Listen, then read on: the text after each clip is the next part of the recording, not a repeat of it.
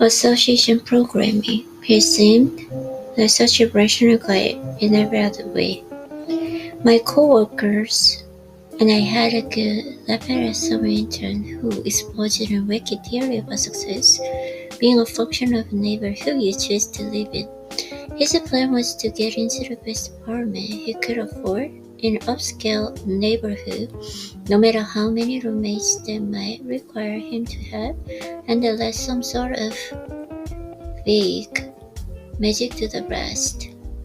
He was willing to work hard, go to school, obey the law, and take all of the normal steps to success.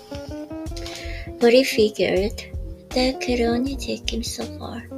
The real kicker was his brilliant plan to live among rich people until he could become one by association. He seemed like such a rational guy in every other way, but this rich by association scheme was just plain stupid. Upon interrogation, I learned that he wasn't suggesting he were not to work and make important contacts with his well-to-do neighbors. There was no defined mechanism to explain how proximity to rich people would make him successful. The best he could afford was his observation that a life had patterns, and this was one of them. You become like people around you. You become like the people around you. That seems obvious when you think about it, given the power of peer pressure and that sort of thing. In this situation, whom you associate with make a big difference. But this is a special case and quite different from a rich by association hypothesis.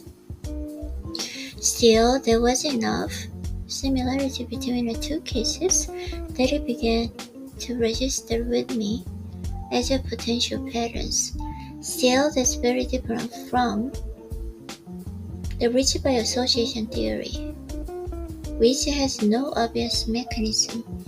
I understand the coincidences die, normally just that, but they seem special because they don't get to see all of the things that didn't happen. Still, my parent doctor parked up.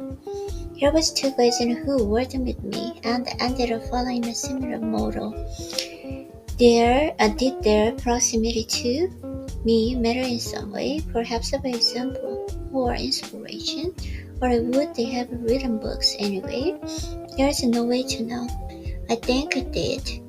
It made a success outside the field seem accessible. It made it real. Humans are social animals. There are probably dozens of ways we absorb energy, inspiration, skills, and character traits from those around us. Sometimes we learn by example. Sometimes success achieved it. And perhaps that encourages us to pursue schemes with higher payoffs. Sometimes the people around us give us information we need, or encouragement, or context, or even useful criticism.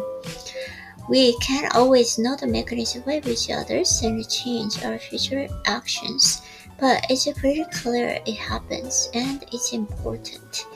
Years ago, I mocked in interval thinking his choice of neighbors would influence his career.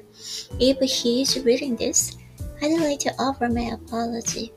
I can easily see that where you live might influence the energy you put into your career. If you live near optimistic winners, those qualities are sure to rub off to some extent. And I advise you to consider this fact a primary tool for programming your moist robot self. The programming interface is your location.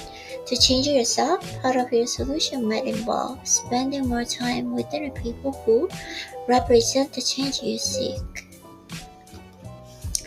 For example, you will find it much easier to exercise in an environment where others are exercising. When you watch others exercise, it activates an exercise routine in your own brain. Likewise, it's often easier to work when others are working in the same room, so long as you don't bug you too much. Okay, given our human impulse to pick up the habits and energy of others, you can use the knowledge to literally program your brain the way you want. Simply find the people who must have represented what you would like to become and spend as much time with them as you can without the trespassing, kidnapping, or stalking. Yeah, they're good habits and a good energy will rub off on you. Happiness.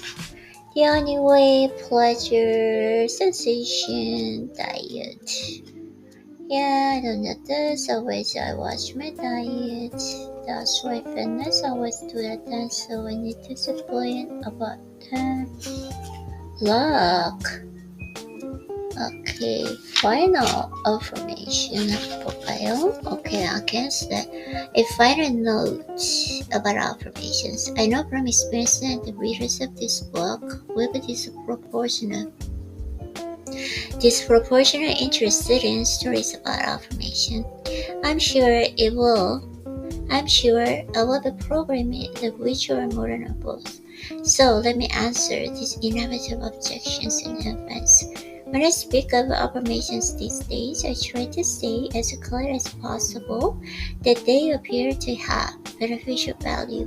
The reality is that if an affirmation somehow steers the universe like magic, science probably would have discovered the force by now. I don't foresee the day when affirmations and again scientific backing, at least not in the sense of testing for the existence of magic and psychic powers. I think we can all agree that affirmation are phenomenon of the mind and belong in the domain of psychology and perception. Viewed in that light, one can imagine that doing affirmations might have the predictable impact on the brain, perhaps in terms of focus and motivation, or any number of chemical reactions. Those reactions would, one assumes, be either beneficial or harmful to the pursuit of success. So in one sense, affirmations are no more special than any form of positive thinking, prayers, visualization, chanting, or the like.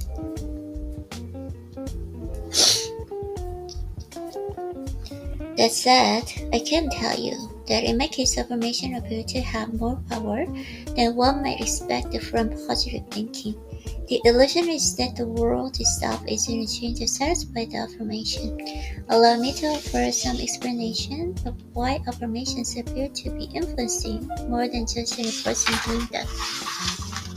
The most obvious explanation for the apparent power of affirmation is in selective memory. There is plenty of science to support the idea that we humans tend to remember the things we want to remember and to forget the things we'd rather forget. With affirmation, one might expect to remember the coincidental good luck and not forget the bad luck. The result, the selective remembering gives us an incorrect impression that affirmations work more often than you might reasonably expect from chance alone. In my case, I know I didn't lie about my experiences, but you have no way to be sure I'm telling the truth. False memories are not a possible explanation for why affirmation appear to work. Humans form false memories quite easily, so that has to be one potential explanation of why affirmations appear to work. Another possible reason that affirmations appear to work is that optimists tend to notice opportunities that pessimists miss. A person who diligently writes affirmation day after day is the very definition of optimist, even if only by actions. Any form of positive thinking, prayer, or the like would presumably put a person in a more optimistic mindset. And because optimists have been shown in studies and notice more opportunities than pessimists, the result can look like luck. Studies show that you need not a neutral one optimist to get benefits of the better perception. You can train yourself to act like an optimist, and writing affirmation is probably good training. So that you get the same benefits and natural optimism when it comes to noticing opportunities. Whether you are born optimist or you become one that one through affirmations and a prayer of positive thinking, you end up with several advantages and it can make it easier for luck to find you. Optimism and notice more opportunities have more energy because of their imagined and future success and take more risks. Optimists make themselves an easy target for the luck to find them. Another explanation for the apparent power of affirmations might be that we have the causation wrong. Perhaps only the people who know deep down that they have the right stuff to succeed will even bother doing affirmation. The explanation sounds reasonable to me, but it still means affirmations are useful, just in a different way than you might imagine. Under this explanation of the power of affirmations, they act as a sort of a message from your subconscious to the rational mind, telling you that you have the right stuff, even if your common sense argues otherwise. This would be useful for the people who have a real talent but don't believe in it. Surely there are a lot of people in the camp.